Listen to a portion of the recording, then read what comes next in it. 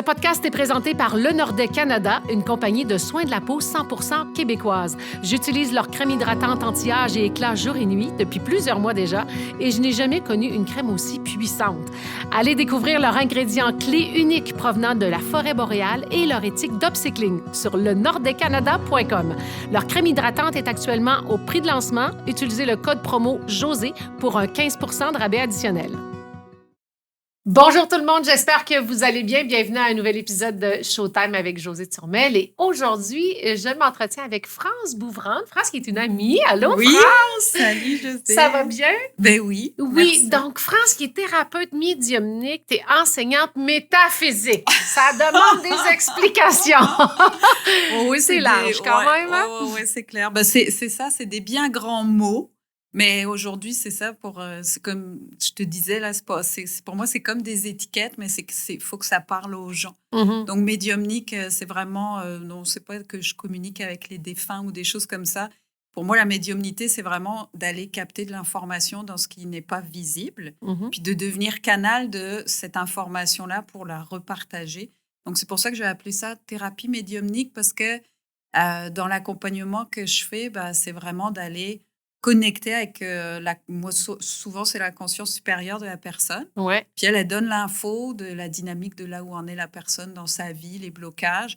Puis j'utilise mon canal pour sa conscience supérieure. Puis je laisse aller l'information. Là, c'est un petit peu tout ouvert. Mm-hmm. Puis c'est ça pour moi, la médiumnité, c'est vraiment la capacité de devenir médium de quelque chose qui est au-delà du physique. Mm-hmm.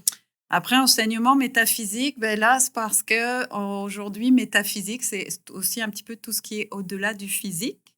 Puis là, c'est plus, quand j'étais en France, j'enseignais plus les thérapies vibratoires, une compréhension de c'est quoi, qu'est-ce qu'on est dans l'énergie, comment ça fonctionne, d'enseignements que j'ai reçus à travers mon parcours. Puis qu'après, moi, dans médiumnité, justement, je recevais de l'information aussi. Puis aujourd'hui, depuis là, c'est la 3e année de l'Académie initiatique. Puis enseignement métaphysique, parce qu'on amène vraiment encore plus cette connaissance avec les personnes avec qui je suis associée. Puis métaphysique, parce qu'aujourd'hui, je pense que c'est important aussi d'amener des mots qui ont une vibration, tu sais, qui veut dire quelque chose vibratoirement. Oui, c'est vrai. Ouais.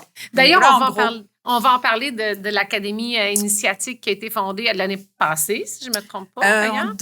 Là, on entame la 3e. On a commencé première cohorte 2023, donc fin 2022. OK, donc déjà. Ouais. Puis, on va parler aussi de ton programme Aide pour enfin vivre. Mais avant, je veux parler justement de ton cheminement, parce que pour en venir là, puis en venir au Québec aussi, tu es originaire de la France, il y a un petit cheminement quand même avant d'en arriver là. Parce que ça fait depuis plus de 20 ans que tu accompagnes les gens, là, comme tu disais. Mais c'est quelque chose qui vient dans ta vie parce que c'est là, puis c'était là depuis que tu étais toute jeune. Là. C'est des choses que tu ressentais depuis que tu es toute jeune aussi, là. Oui, ça a commencé assez jeune. Je dirais que oui, c'est ça. Ça a commencé assez jeune d'avoir comme des perceptions ou l'impression que, au-delà de ma masse corporelle, il y avait comme des choses que je percevais, que je sentais. Puis après, en mettant plus mon attention dessus, ça a commencé. J'ai commencé à percevoir des formes, à entendre des choses. Puis donc petite, j'ai assez rapidement commencé à avoir des écritures automatiques. Okay. Mais moi, au début, c'est ça, là, quand on a 11 ans, 12 ans, on ne sait pas trop. J'ai toujours eu comme une connexion avec ce plan qui n'est pas visible, mais sans savoir véritablement, parce que je n'avais pas... Oui, c'est ça. Donc, j'en parlais à ma mère quand même. Puis qu'est-ce qu'elle disait? Ma mère, non, elle était extraordinaire pour ça, parce que je lui demandais des fois de m'emmener voir un psy, puis elle disait, mais non... T'inquiète pas, c'est normal. Puis ma grand-mère était assez maternelle, était aussi très ouverte de ce côté-là. OK. Ma mère aussi, mais elle a fait des expériences qui fait qu'elle avait rencontré une femme à l'époque en France qui faisait du yoga. Elle avait un certain âge, mais c'était pas du tout développé. Okay. Puis qui lui avait dit, je vais te fermer les portes, parce que c'est comme une hypersensibilité qui faisait que elle, après, ça a comme coupé ses sens un peu. Okay. Donc c'est ça. Moi, j'ai commencé à voir, quand j'étais plus jeune, puis que je parlais avec les amis, je commençais à voir qu'au final, ce que je percevais, c'était pas c'était pas forcément le commun Ouais. des mortels, on va dire. Ouais, tu te sentais un peu à part, là. Ouais, puis j'avais comme comment je pourrais dire, de la connaissance innée. Je parlais des vies antérieures, de choses comme ça, mais j'avais pas forcément de lecture de ça. OK. Puis, mais après, quand même, en étant près de l'adolescence, là, j'ai commencé, on voyait dans les films. Quelqu'un m'avait conseillé le livre d'Alan Kardec sur les médiums. C'est le livre des médiums, ça s'appelle OK. d'ailleurs. Donc, j'avais commencé à regarder un petit peu. Puis là, je me suis dit, au final, il y a quand même des choses, des gens qui écrivent là-dessus, qui en Ouais. parlent.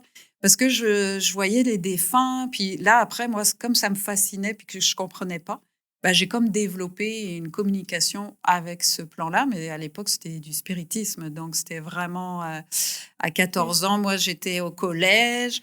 C'était des salles préfabriquées, on appelait ça, avec des plafonds qu'on pouvait soulever. OK. Puis moi, j'avais mon verre avec mes petites lettres. Puis pendant la pause du midi, après la cantine, j'avais des copains qui venaient. Je prenais le verre, je leur faisais du spiritisme. Ah ouais. Puis c'est ça, là, il y avait... En fait, moi, c'est à travers ça que je me sentais exister parce que j'étais plutôt j'étais pas forcément à l'aise avec les autres. J'étais plutôt en retrait. Enfin, je savais pas trop. Comme on dit au Québec, je me comprenais pas trop. Puis ça a fait que tout ce côté-là, quand même, un peu sans avoir véritablement d'informations, ça fait que j'ai quand même, c'est quand même des basses fréquences. Mmh. Donc, j'aimais me faire peur, puis j'ai commencé à aimer faire peur aux autres. OK. Puis j'ai vu que, en fait, j'avais comme une espèce de pouvoir dans mes relations à travers ce côté un petit peu étrange, fascinant, mais que Ouais. les autres comprenaient pas. Puis même, on me prenait souvent pour une folle, mais c'est pas grave. Mais c'était comme, intriguant, là. Ouais, c'est ça. C'est ça. Puis moi, pour moi, c'était comme quelque chose que j'avais en moi depuis longtemps.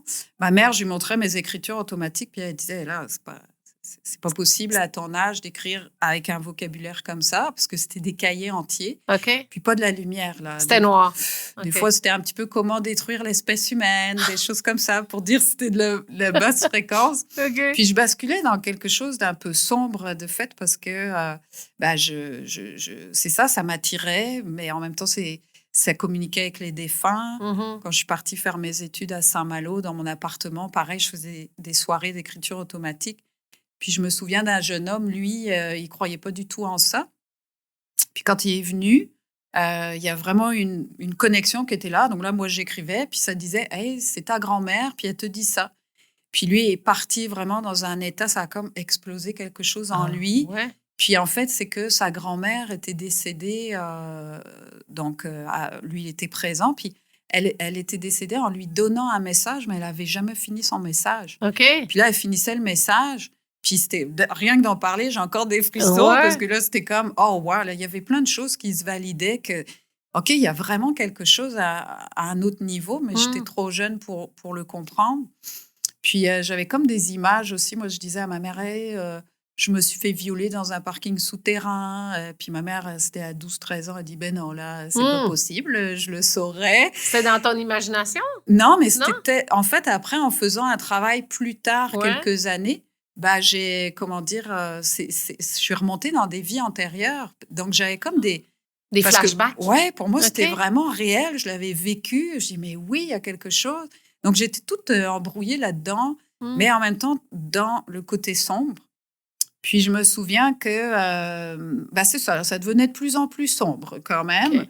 Puis, oui. C'est là que, tu sais, parce que là, à un moment donné, c'est là où tu disais à ta mère, est-ce que je vais avoir une psychologue ou pas? Puis ta mère disait, Ouais. non, mais c'est l'école de sophrologie qui a été un élément En déclencheur fait, vers c'est le ça, à positif? l'âge parce que de fait, à l'école, ça fonctionnait pas. Mhm. En plus, j'avais une perception qui faisait que je me tenais, puis j'étais pas forcément agréable avec les professeurs, l'autorité, Mhm. on va dire.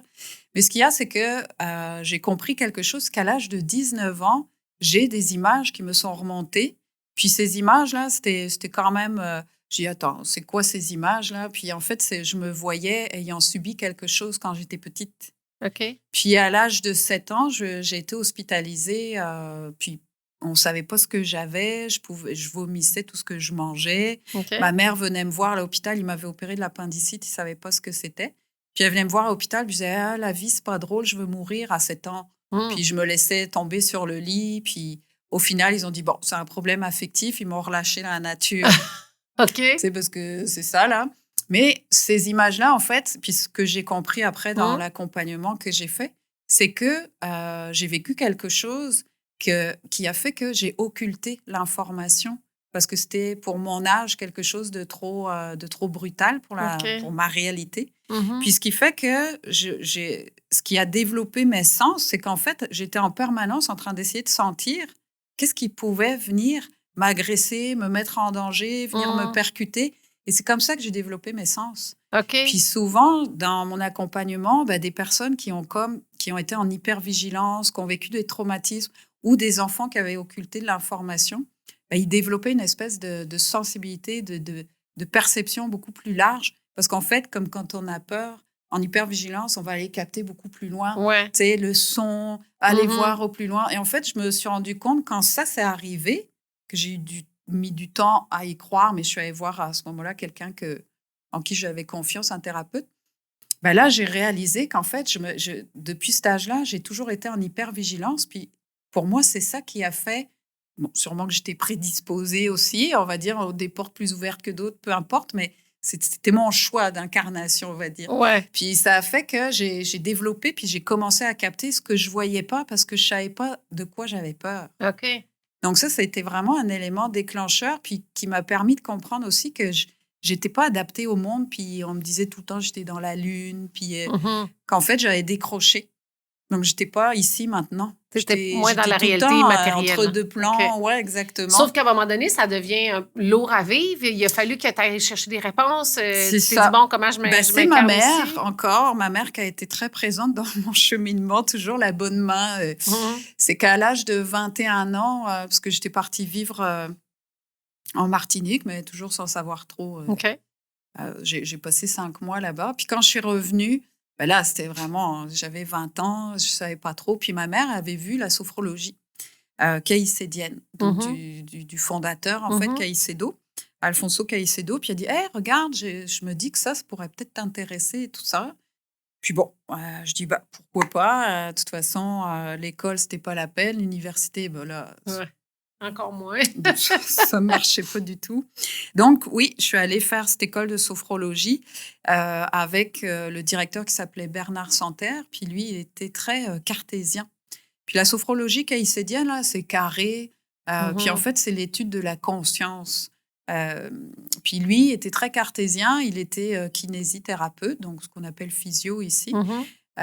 Puis bon, ça faisait des années qu'il faisait ça. Mais dans le petit groupe qu'on était, c'est ça, il y avait comme, quand on faisait certaines techniques, moi, je commençais à raconter l'histoire du voisin dans des pratiques qu'on faisait, ou alors j'avais des informations qui venaient d'on ne sait pas où. Okay. Puis lui, il ne comprenait pas en fait ce qui se passait, il ne savait pas comment gérer ça.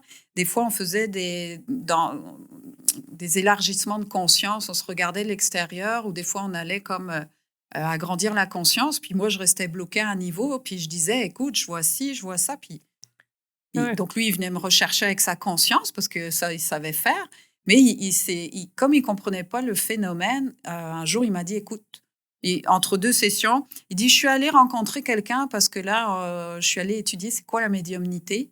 Puis pour moi, tu es médium. Puis c'était la première fois que quelqu'un mettait un terme sur éventuellement... Oui, exactement. Avec toutes mes recherches que j'avais essayé de faire, mais vraiment pas concluantes du tout. Mais là, quelqu'un pour moi, qui était crédible dans sa posture, dans ses études. Puis, donc là, il avait étudié la médiumnité, puis il m'a vraiment accompagnée. Puis pour moi, cet homme-là, il m'a comme... permis de redescendre dans ma chair, en fait, dans ma conscience. Dans ton expérience terrestre. Oui, exactement. Ça m'a comme fait, OK, là, je suis là. Puis d'ailleurs, la première année de sophrologie, la moitié, là, ma mère me disait un jour, je suis venue la voir. Puis, ce qui paraît, je suis venue la voir en courant. Puis elle me dit, hein, tu cours? Je dis, comment ça, je cours? Je dis, mais ça fait des années que tu cours plus. Je te voyais plus courir. Tu étais comme tout le temps nonchalante. Puis là... Et là, ça fait « Ah ouais, oui, je suis là, je suis présente, je suis dans mon corps. » Puis là, j'ai senti à ce moment-là que vraiment quelque chose... C'était passé. Ouais, s'ouvrait, une compréhension. Ça a mis des mots, ça m'a vraiment rassurée à ce moment-là. Okay. Ouais. Puis, tu as suivi aussi tes formations. Là, tu t'es ouvert vers autre chose, la médecine chinoise. Tu as ouvert une école d'enseignement de l'énergie, un centre de bien-être. Tu t'es en allé vraiment dans l'accompagnement à ce moment-là des gens. Ouais, c'est ça. C'est qu'après la sophro, c'est ma mère, en fait, parce qu'elle était intéressée par la médecine traditionnelle chinoise. Puis on avait regardé ça sur Paris. Puis on s'était dit, on va faire ça ensemble. Okay. Et puis moi, ça m'intéressait parce que c'était comme une continuité, puis de comprendre comment, parce que là, c'est vraiment une médecine sur l'observation, basée sur l'observation, mais tu sais, comprendre l'énergie, les organes, les émotions, la diététique, enfin, ils ont une vision qui me passionnait. Mais j'ai fait 2 ans parce que c'est ça, là, il fallait apprendre l'acupuncture. Là, moi... ça, tu te voyais moins faire ça, là. Ouais. Non, c'est ça. Puis au cours de cette formation-là, il y avait une personne dans notre cohorte, en fait, qui connaissait un maître chinois qui s'appelait Ziqing Wang, puis qui faisait des retraites avec lui. Puis il nous en avait parlé, puis on avait dit « Ah, moi, ça m'intéresse ». Puis lui, en fait, il pratiquait le roi gong, qui est une technique à l'origine du Qigong. OK. Et donc, il avait été enseigné en Chine, dans des temples anciens, en tout cas. Puis, quand j'ai commencé, on est parti faire une retraite pour le rencontrer. Puis là, ça fait « Oh, wow !» J'avais devant moi un extraterrestre. Mais un extraterrestre, je dis ça dans le sens où toutes les personnes qui étaient là, c'était des personnes qui venaient... C'était à l'international, des gens qui venaient du monde entier, qui pouvaient avoir des problèmes de santé ou pas. Mais lui, il avait une telle maîtrise de l'énergie, puis il faisait des soins. Puis là, ce qui m'avait le plus marqué, c'est qu'il y a une femme, c'était le 3e jour sur une semaine de retraite, qui était tombée au sol, puis là, comme paralysée. Puis, moi, j'étais curieuse, donc je suis allée voir. Il est arrivé à côté, sans la toucher, il a donné 3 coups de poing dans son éthérique au niveau du dos. Puis elle bougeait, il la touchait pas. Après, il s'est mis là, du bout du pied, il a fait ça. Elle se retournait comme une crêpe. Puis là, donc là, je me suis approchée parce qu'à ce moment-là, j'avais 25 ans. Donc, je me suis approchée, puis là, je sentais un mur d'énergie. Je pouvais pas aller plus loin. Puis là, je transpirais. Je dis, oh, wow! Je dis, c'est quoi qui se passe? Puis c'est parce que, j'étais un petit peu curieuse. Puis la femme, elle s'est relevée après. Puis lui est parti dehors. Puis il y a comme, je sais pas ce qu'il a fait, mais il a comme... En tout cas, peu importe, sorti quelque chose. Puis après, cette femme, en allant lui parler, en fait, elle exprimait qu'elle était née hémiplégique. Mais que depuis qu'elle avait rencontré Ziqing Wang, elle était tenue par son chi, puis elle faisait des pratiques. Puis, et là, je suis rentrée encore dans un autre univers où je me suis dit, oh, wow, mais il y a vraiment des choses dont on n'est pas conscient. Ça a été le début d'une ouverture vers... oui. Puis lui, je suis allée faire des retraites avec lui pendant 2-3 ans. Puis il m'a vraiment permis, parce que justement, moi, avec toute mon expérience de base astrale, j'étais dans le base astral, puis j'étais collée sur ce plan-là. C'est ça, quand j'étais plus jeune, je me faisais quand même vivre des expériences intenses les nuits. Tu sais, je me réveillais, là, pour moi, je me faisais attaquer. Aujourd'hui, je sais que c'est plus ça, mais quand tu le vis, tu ne crois pas que c'est toi qui crée ces trucs-là. Ouais, c'est ça. Puis lui, il m'a aidé vraiment... à me mettre à une fréquence au-dessus pour que je sois plus tout le temps en perception de cet univers-là. Puis quand il a fait ça, je dis « Ah, waouh, OK. » Puis il m'a dit « Toi, tu peux choisir d'y aller, mais tu peux rester là aussi. » Puis il m'a appris à ouvrir et fermer, parce que moi, j'étais ouverte tout le temps. C'est ça. Donc, tu as comme maturé dans cette dimension-là de la gestion de tes fréquences, ton énergie. Tu as eu d'autres rencontres aussi qui étaient marquantes en 2011 avec Alex Orbito aux Philippines, puis tu es allée régulièrement là aussi. Ça a été c'est qu'une fois que tu rencontres quelqu'un comme ça, moi, après, je suis allée rencontrer Amma, qui est une mère divine hindoue, comme on dit. Puis j'étais enceinte de ma première fille, puis donc j'avais 24 ans. Puis c'est parce que moi, ces êtres-là, je me suis dit, OK, eux, ils sont dans une maîtrise. Et moi, ça m'a tellement perturbée jusqu'à mes 21 ans, parce que là, on n'est vraiment pas rentré dans le détail, mais je veux dire, j'en ai vécu des trucs vraiment... Puis de rencontrer ces êtres-là, non seulement ça me rassurait, mais en même temps, je me disais que c'était toujours des êtres qui étaient des continents Asie, asiatique. Inde. Puis je me suis dit, nous, en Occident, là, il y a vraiment un truc qui ne marche pas. et on n'est pas du tout orienté, on n'a pas d'informations. On n'est pas connecté, ben. Ouais, non, mais c'est ça, là. Puis, du coup, quand je savais il y en avait un qui venait, moi, je l'ai rencontré au début, avant qu'il y ait tout cet univers autour d'elle, où j'ai passé, c'était 2 jours, 1 nuit avec elle. On était peut-être 200 ou 300, puis on chantait avec elle. C'était vraiment au tout début. Puis rencontrer ces êtres-là, ça fait, mais pour moi, c'était comme essentiel parce que là, je suis rentrée dans une quête de compréhension. Puis il me permettait de voir dans l'énergie des choses que j'arrivais pas encore à expliquer. Mais c'était le fait de les voir, comment ils fonctionnaient, ce qui faisait passer à travers eux, la dimension qui était là.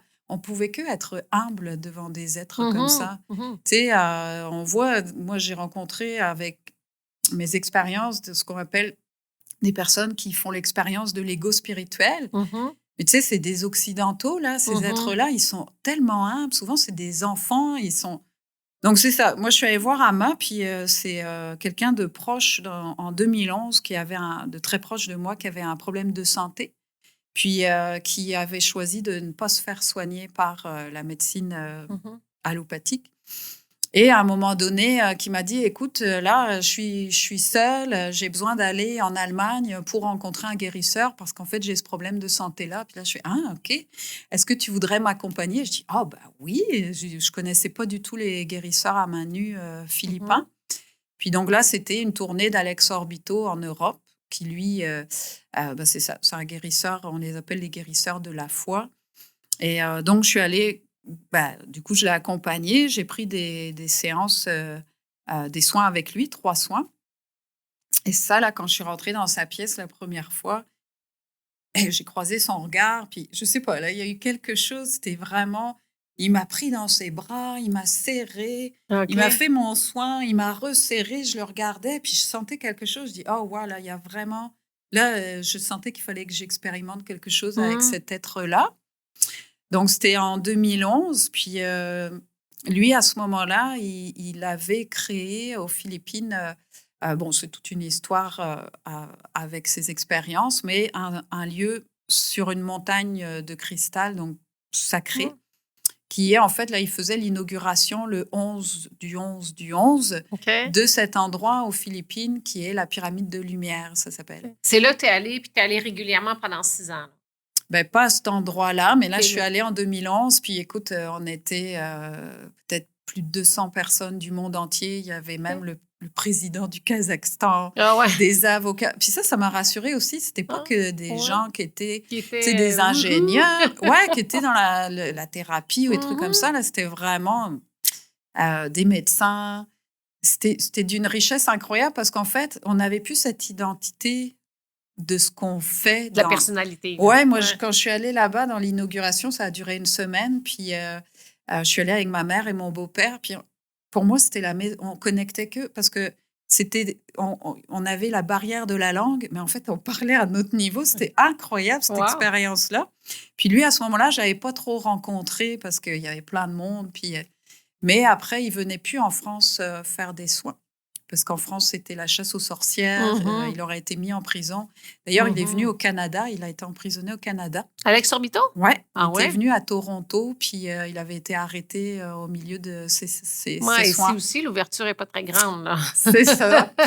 Donc, la France, ça faisait 7 ans qu'il n'était pas allé. Puis après l'inauguration, moi, j'avais dit à son assistante, je dis, tu sais, la Bretagne où j'habite, c'est la terre des guérisseurs.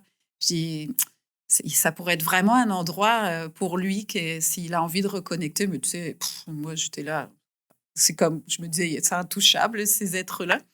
Puis là, peu de temps après, elle a appelé, elle a dit, « Hey, Alex a reçu un message, il veut revenir en France, puis c'est à toi d'organiser ça avec ta mère. » Wow! Donc, tu as commencé à organiser ça? Oui, là, pour sa venue, parce qu'il avait une équipe quand même en Belgique, en Suisse, en Allemagne et tout ça. Je dis, OK, alors là, c'était l'aventure. Bref, on pourrait écrire des livres. Hein. Donc, je passe les détails, mais il est venu, c'était en février 2012. Puis, écoute, ça s'est passé tellement fluidement. Puis là, il y a une reconnexion qui s'est faite pour lui. Parce qu'avant les soins, il faisait toujours une prière avec le petit groupe qui l'accompagne. Puis là, il est comme rentré en transe. Puis là, il commençait à parler de quelqu'un qui parlait à travers lui. Puis en fait, après, il s'est remis et puis il s'est mis à pleurer. Puis il a dit, « Hey, c'est ma mère, Chypriana, qui est venue. C'est ma mère qui est venue me parler, me donner un message. » Puis il était tellement touché. Là, on était tous, il dit, « C'est incroyable, c'est quoi qui se passe? » Puis là, tu sais, on faisait l'expérience de ça, là. Puis lui, après, il a vraiment reconnecté avec sa mère. Puis il s'est avéré que moi, j'ai eu un lien particulier avec l'énergie de sa mère. OK. Puis après qu'il soit venu en février 2012, ben là, pour nous remercier, il avait invité ma mère, mon beau-père et moi à venir en mars 2012 Aux Philippines. aux OK. Philippines à nouveau, mais pas, oui, à la Pyramide de Lumière, mais il avait un centre de soins, lui, OK.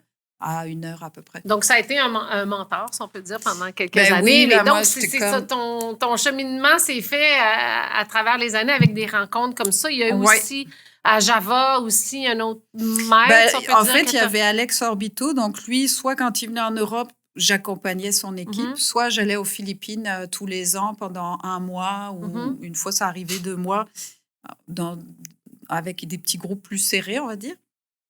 Mais entre-temps, j'avais rencontré Jean-Yves Noël, qui lui avait l'Institut des sciences et thérapies holistiques en Bretagne, puis lui, il est élève de Patrick Drouot. Et donc, quand je l'ai rencontré, moi, j'ai fait son école, donc je faisais son école en France. Puis lui, il enseignait les thérapies vibratoires. OK. Et il était connecté au celtisme.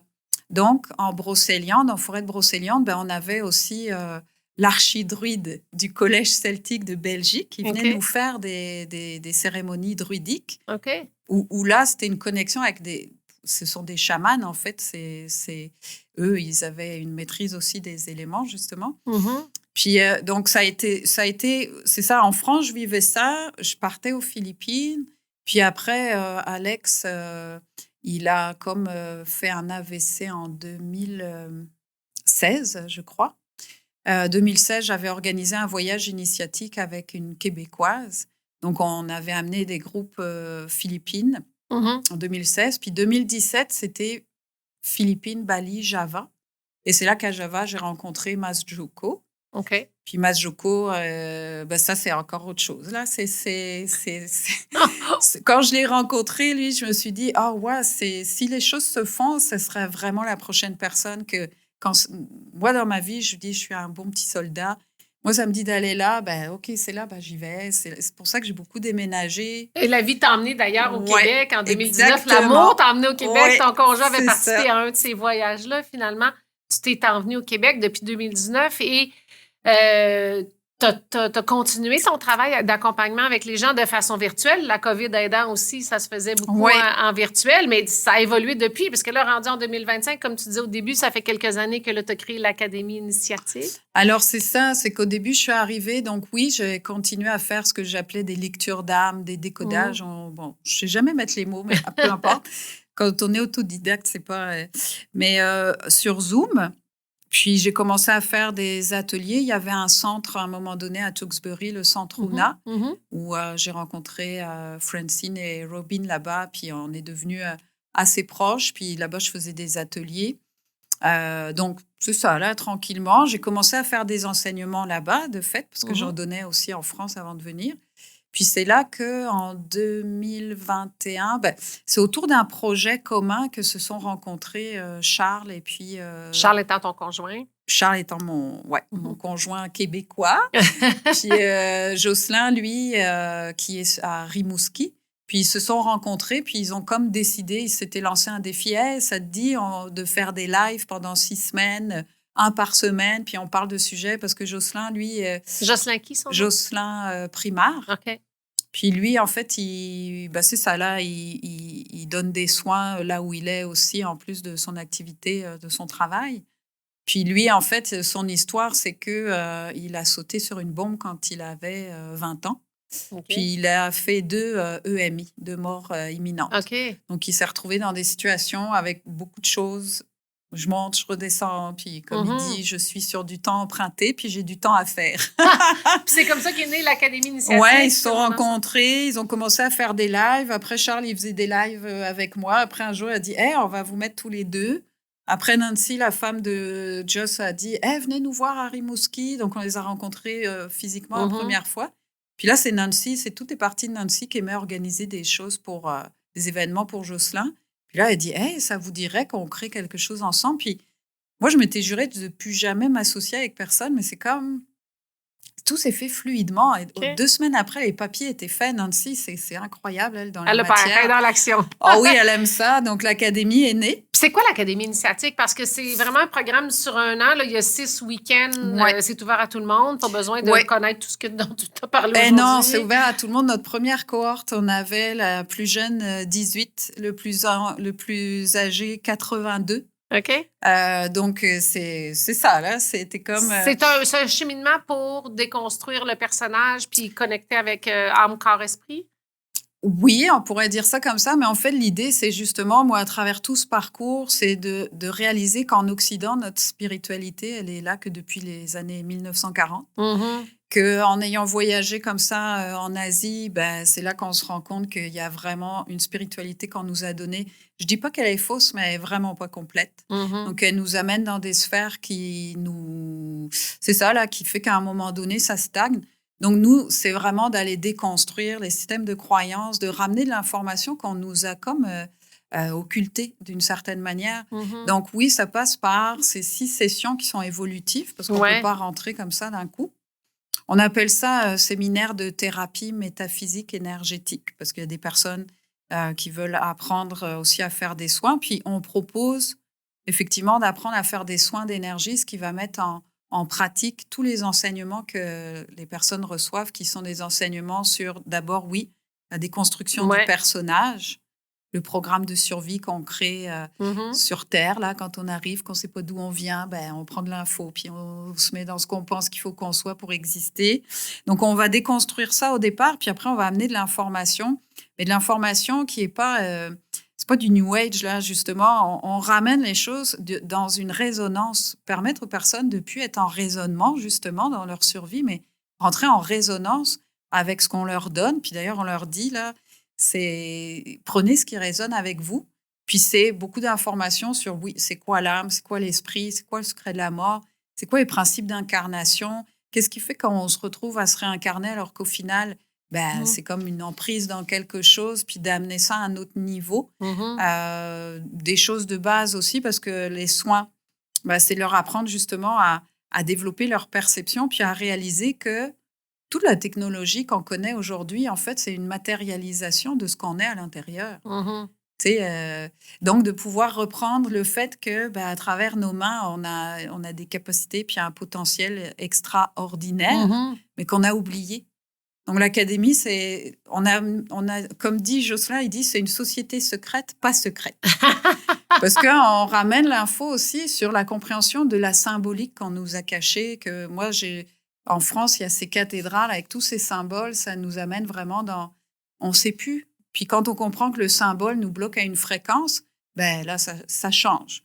Les couleurs, les formes. Donc, c'est vraiment de ramener une logique, en fait, dans la résonance de la personne qui fait qu'à un moment donné, les perceptions changent, la vision change. Puis c'est sûr que sur une année, là, on voit les gens, ça déménage, ça se sépare. Mais 6 week-ends, c'est un gros travail, hein? C'est ça. Ouais, ça bouge beaucoup. Mais si on veut commencer peut-être par un programme en ligne, parce que l'Académie initiatique, c'est avec Jocelyn, toi, Charles et Nancy. Mais toi, personnellement, tu lances ton programme qui s'appelle Être pour enfin vivre, qui est un programme en ligne de capsules enregistrées pour une belle initiation, peut-être avant d'aller à l'Académie, justement. Vraiment. Parce que c'est une série d'une quinzaine de vidéos, il y a des podcasts, il y a beaucoup de documents aussi où est-ce qu'on a à se poser des questions, répondre à...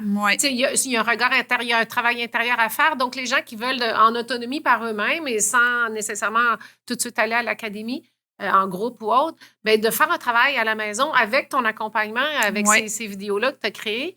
Donc, ça parle de déconstruction du personnage aussi. C'est vraiment l'objectif, en fait. Pour moi, le personnage, que ce soit bien clair, là, c'est on évolue dans une réalité dont on n'est pas conscient au départ.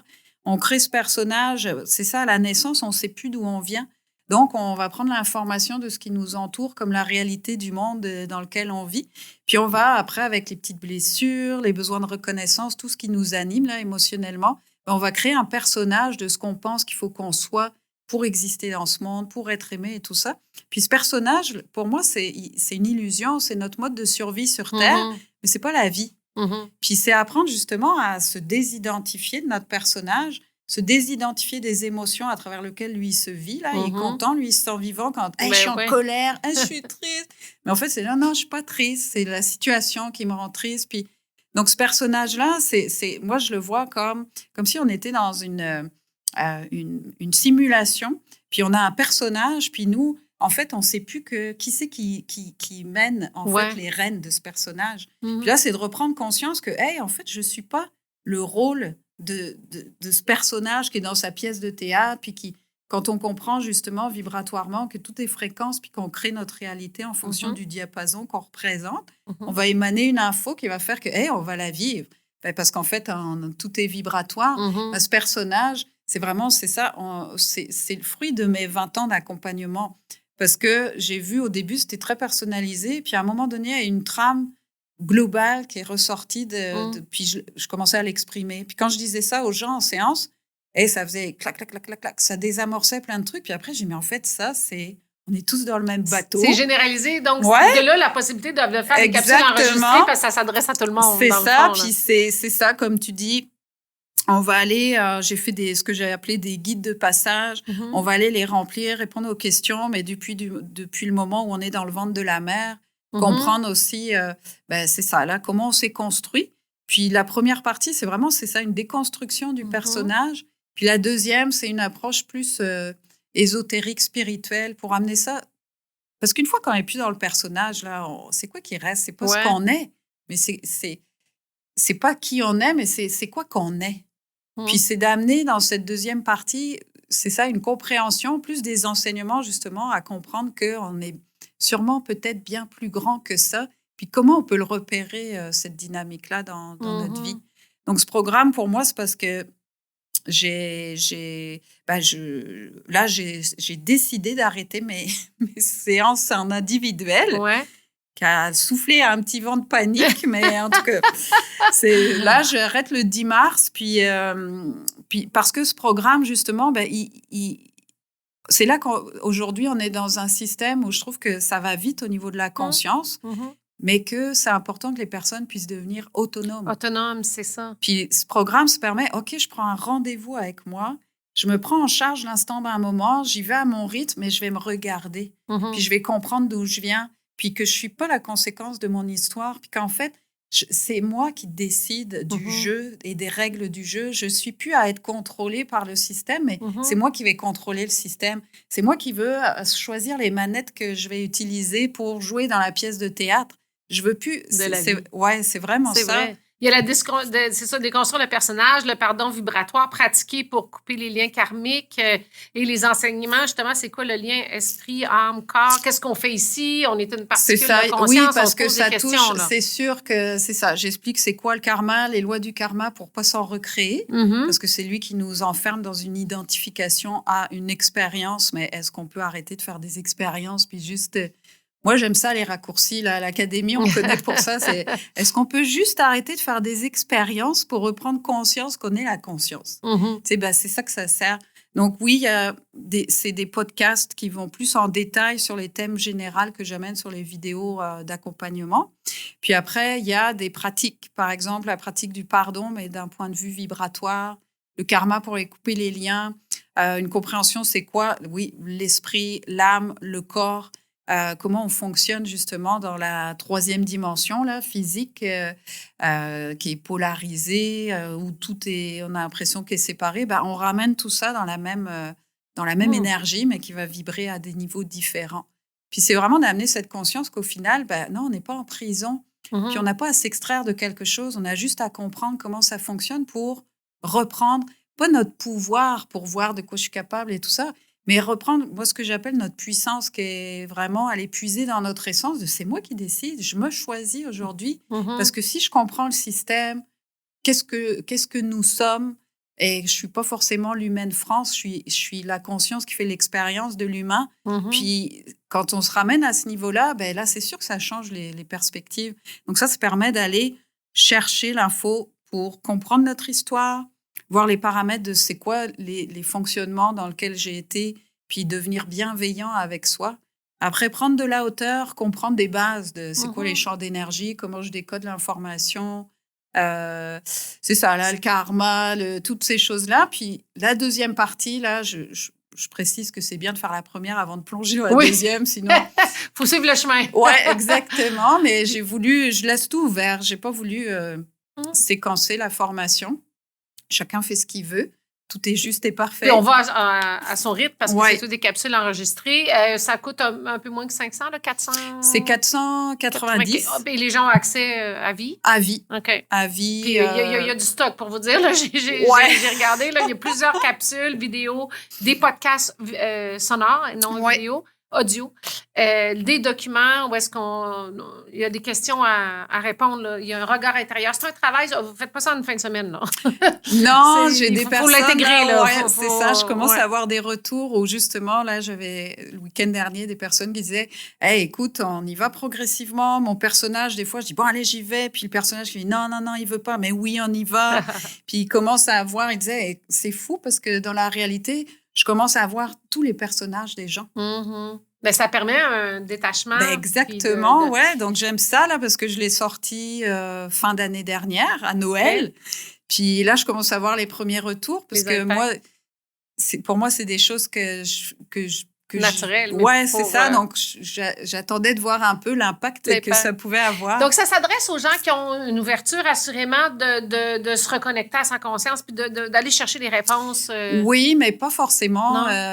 Parce que ça reste que au début, la manière dont c'est fait, ça reste quand même très à la base. Ouais, donc, quelqu'un qui n'a aucune connaissance en spiritualité ça s'adresse à tout le monde. Ça va faire un beau raccourci pour faire un petit saut quantique. Si je pars de la base, que je connais rien, mais que je me dis, hey, il y aurait peut-être quelque chose que je sens que... Un raccourci au lieu de perdre du temps à gauche, à droite dans plein d'affaires de l'astral. Ben voilà. Puis oui, exactement. Puis aussi le fait que moi, j'ai des personnes qui me suivaient pendant 20 ans. Puis c'est sûr que ça coûte de se faire accompagner et tout ça. Et là, c'est ça. Là, j'ai voulu faire ça sur un montant accessible à tout le monde, condensé. Mais qui fait que plutôt que de me payer 5 ou 10 séances, là, j'ai un concentré pour moi-même. C'est vraiment une démarche personnelle. Il faut que la personne... C'est ça, là, je suis prêt à me regarder, je suis prêt à bouger des choses, puis à prendre rendez-vous avec soi. Là, c'est un beau cadeau à se faire. Ouais. Vous avez toutes les informations sur francebouvrande.com, BOUVERANDE.com. Oui. Pour ce qui est de ce programme-là en ligne, Être pour enfin vivre, mais aussi l'Académie initiatique et tout le reste aussi. Hey, c'était super intéressant. Écoute, moi, je t'écouterais toute la journée. Merci beaucoup. Merci Josée, de ton invitation. Ça me fait plaisir. Ça me fait plaisir. N'hésitez pas à partager. Assurément que ça va allumer des lumières dans votre entourage. C'est sûr, pour les personnes qui ont besoin de l'entendre. Et je pense qu'on a tous à gagner de prendre le temps de se reconnecter à son intérieur, puis s'observer un peu plus. Oui, déconstruire le fameux personnage. Donc, n'hésitez pas à partager. Abonnez-vous à notre chaîne de YouTube, Showtime avec Josée Turmel, et les différents podcasts également. On se dit à une prochaine. Bye-bye. Merci. Ce podcast est présenté par Le Nordais Canada, une compagnie de soins de la peau 100% québécoise. J'utilise leur crème hydratante anti-âge et éclat jour et nuit depuis plusieurs mois déjà et je n'ai jamais connu une crème aussi puissante. Allez découvrir leurs ingrédients clés uniques provenant de la forêt boréale et leur éthique d'upcycling sur lenordaicanada.com. Leur crème hydratante est actuellement au prix de lancement. Utilisez le code promo JOSÉ pour un 15% de rabais additionnel.